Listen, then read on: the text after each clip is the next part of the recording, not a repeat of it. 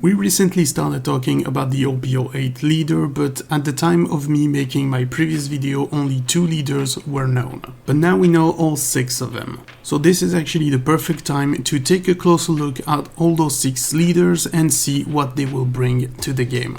Hello everyone and welcome to Anything Geek. My name is Zero, and did you know that most of you guys are not even subscribed to this channel? That's crazy! So before we review all the OPO8 leader and I give you my 2 cents about them, how about you do me a solid and click on the subscribe button? It would help me tremendously. Let's get on to the leaders. So I did already talk a bit about the first 2 leaders, but we're gonna go over them just for good measure, as well as me being able to give you a more comprehensive, more constructed opinion on them. And the first one is going to be Tony Chopper. It's a 4-life 5k power leader because he's dual color, and he will actually have 3 types, which are Animal, Drum Kingdom and Straw Hat Crew. And his effect is still a bit weird. Activate main once per turn, you can give up to 1 rested done card to each of up to 3 Animal or Drum Kingdom type character. And I do think that the ruling will be it's either one or the other or a mix of them, but you only get a total of 3, not 6, because you got 3 for Animals and 3 for Drum Kingdom. That would make no sense. But either way, for this leader, I feel that it kind of lacks targets as of right now. Because the done you're giving can only go to characters and you need that character to have the Animal or Drum Kingdom types. Right now, as Animal goes, there's not that many that are relevant and very useful in the game. And those are mainly either Alabaster cards or actually Chopper himself. And even amongst those 2 categories, there are no interesting targets to give those down to. But luckily we don't know yet what all the cards in OPO8 are gonna be, so we don't know if viable targets will be added into that set, so we still have to see. But as of now, not really an interesting leader. Marco, on the other hand, 4-life 5k power, as always with dual color leaders, and the Whitebeard pirate type. That is very important to note. Has an effect of done X1 activate main once per turn. You can draw 1 card and place 1 card from your hand to the top or bottom of your deck, and then give up to one of your opponent's character minus 2k for the turn. This is gonna be the next banned leader. I'm not gonna sugarcoat this. I can smell it cooking from like so far away. This is surely gonna get banned at some point. Ban or restricted, either one of those. The leader itself already. Let's just talk first about the leader. He has a self-draw. That is super good. You can draw 1 card consistently every turn for just 1 Dawn, and just 1 Dawn attached to Marco. So it's not wasted. Like, you don't have to pay the Dawn and then it's rested and you cannot do anything with it. No, it's actually attached to Marco, so you get the power out of it. You get the 6k attacker from Marco, and then you have to place 1 card from your hands at the top or bottom of your deck, and this is built-in card cycling. If the card is not useful right now and you don't need it, you put it at the bottom to draw something new next turn. If the cards is something that you know you're gonna need next turn and you just want to be able to activate the effect but you cannot play this turn, for instance, you put it at the top and you just draw it next turn. And in addition to that, you get to nerf an opponent's character for 2k for the turn, and we already know that nerfing with red is already like super good. We know this with Otama. We know she's super good and she's super played in any red deck because of how accessible she makes some high cost, some high power targets to just be KO'd by effects or by events or whatever. So now you have a leader with a built-in draw and built-in card cycling, which also has a built-in Otama, basically. Not only that, but it's also a blue leader, so you have access to all the board control for blue, and we have some very fantastic cards in blue that can target and control all the opponent's board, whether it be on the cost or on their power. And since this is a Whitebeard Pirate deck, you already have a lot of support in red for the Whitebeard Pirate. You can already have a strong searcher with the OPO2 ESO, but there's also one ESO that is coming in EBO1, and that's gonna be a good additional nerf to the power that Marco already has. Squad as well, but you have to take 1 life in order to activate that effect, which, well, if you're looking for more draw power, well, you can totally go for it. Vista for the Whitebeard Pirate is a good early KO for the board, and since you have a 2k power reducing built into your leader, I mean, you can already like prevent your opponent from building a board, and that's just for the red part. You also have the Ace Super Rare from OPO2 that's gonna be very good in this deck because it nerfs and KO multiple cards on the board, and also gets rush if you have a Whitebeard Pirate leader. Both Marco can be played with this deck, the blocker and the on-play KO effect, which you have a nerf, so it just totally makes sense that you need to play these Marcos in this deck.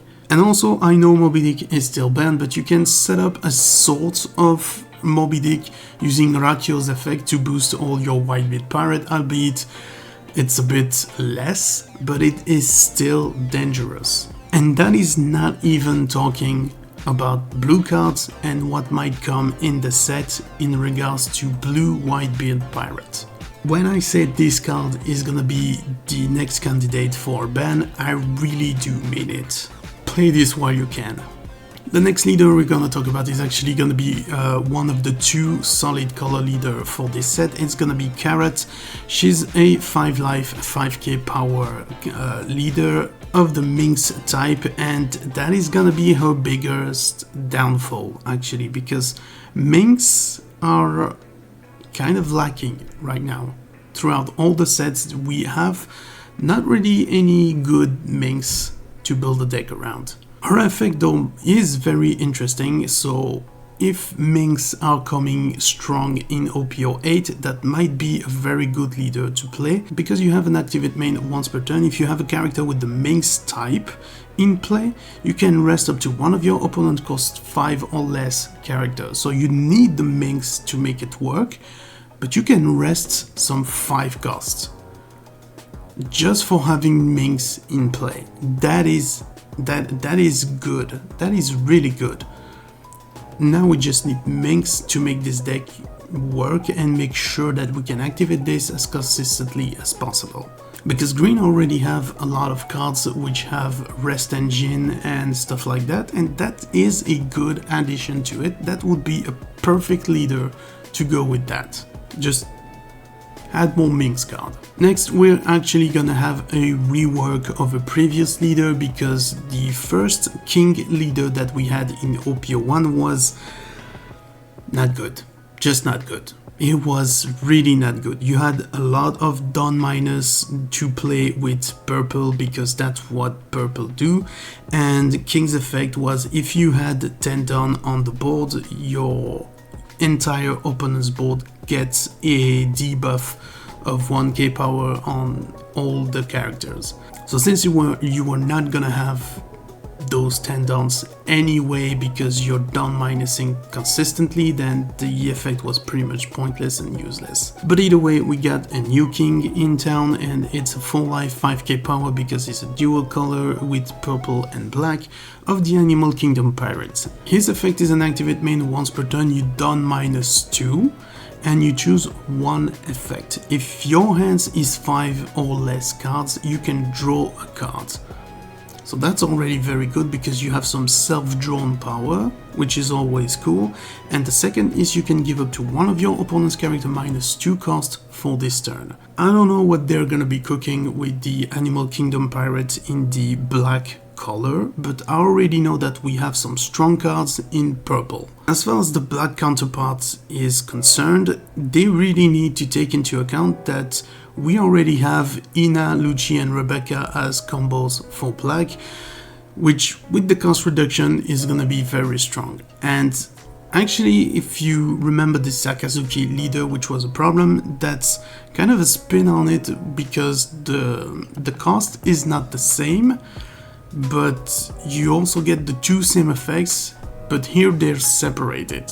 And that's something that I really fear, is that they are kind of recycling effects that they already know and try to make them work with other types, which is kind of good but also kind of not, because we only got 6 leaders for each set, and having sort of a washed down Sakazuki is meh. But as far as the leader is concerned, you're gonna have a good ramp with purple, so that's a good thing. And when it comes to black cards, it means that if you ramp correctly, you can just actually play your black cards, which are your biggest threat, more easily. Because this has access actually to the 7 cost Luffy, which can attack active opponents and gets 2 turns. So if you let this just run wild, you're in for serious trouble. And if you decide to go more on the purple ride with the Animal Kingdom pirate that we already have, we have the Kaido wipe.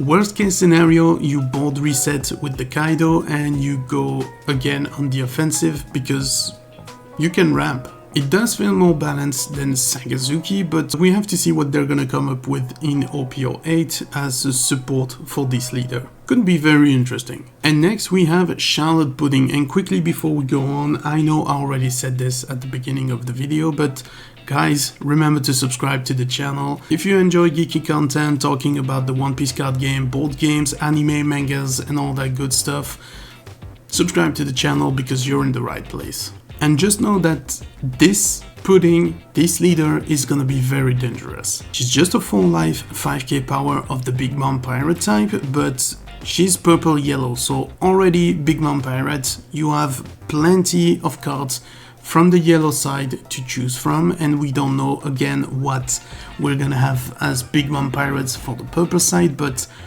the statement that I previously made already should concern you really much, because yellow has the 10 cost Big Mom, purple has ramp. You can bet we're gonna see turn 2 10 cost Big Mom. I don't know how yet, I haven't figured this out myself, I haven't had a proper look at what is gonna be possible, but I am sure that somebody is gonna cook up a turn 2 10 cost Big Mom. For the leader's effect though, we have just a when attacking, you may turn the top 2 life cards of your life face up and add up to 1 down card from your down deck as rested. So you're just basically revealing your life and ramping for it. So already in the leader, you can ramp. And as for the fact that your life is gonna be face up, it's really not that big of a concern because we have the starter deck 13 that is coming out very soon, which is gonna allow you to turn them back face down so that you can basically do the effect again. And also, since she's purple, of course you have all the other cards that allow you to ramp whenever you do basically anything, so 10 cost Big Mom, back in business. And the very last leader is actually very surprising to me. Remember guys that this is gonna be a set that is gonna be centered around the 2 legends, which are, I believe, Whitebeard and Gold Rogers. And so I really had my hopes up, especially because there was Rayleigh and Newgate as the front guy for this set.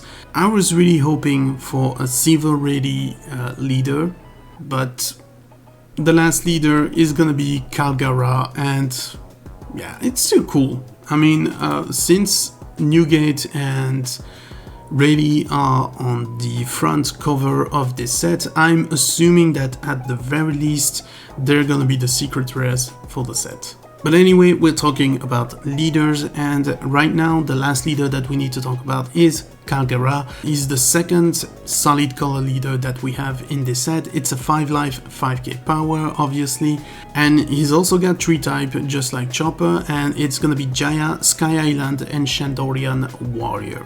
His effect is gonna be done X1. When attacking, you can put a character with the Shandorian Warrior type from your hands into play that has a cost equal to or less than the number of done you control. Then, if you play the cards, you can put the top cards of your life into your hands. So already one thing to note, if you do activate this effect, you have to take one of your own life. So what this tells us is that this effect needs to be used sparingly. But the second thing that this tells us is that for one done, you can put a 10 cost card into play for one done. And that is the problem with that leader, because we don't know OPO8 yet and we have to see what Shandorian Warriors are gonna come into the set. As it stands right now, this is a leader just like Carrot, actually, that falls a bit short, because there are no good Shandorian Warriors that we can play. It sounds good on paper, but it does lack the support right now. The biggest play you could do right now is to play Wiper. It's a 5 cost 7k power and an on-play effect to kill one stage that is a 1 cost or lower, and then you can search for another Shandorian Warrior with Wiper's effect or a upper yard and add it to your hand. Upper yards itself, let's say you make the combo that you play Wiper, you wipe a stage, and you get a upper yard in your hands that you want to play.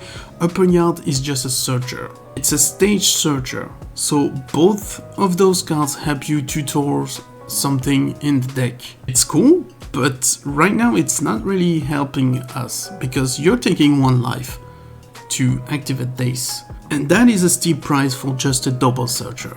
So we do really have to see what support this leader is gonna get in OPO8. And I know it sounds a bit useless to talk about this right now because, like I said, we need to wait for the set and see what's gonna be possible with all those leaders. But you have to remember that at least now you know the leaders and you know what you're gonna be looking for in this set once the drip marketing is in full swing and they release all the cards and you can finally see what the set is all about. But those information are for OPO8 and there are sets that are gonna come out before that. And I already made videos about those, you can find them right here.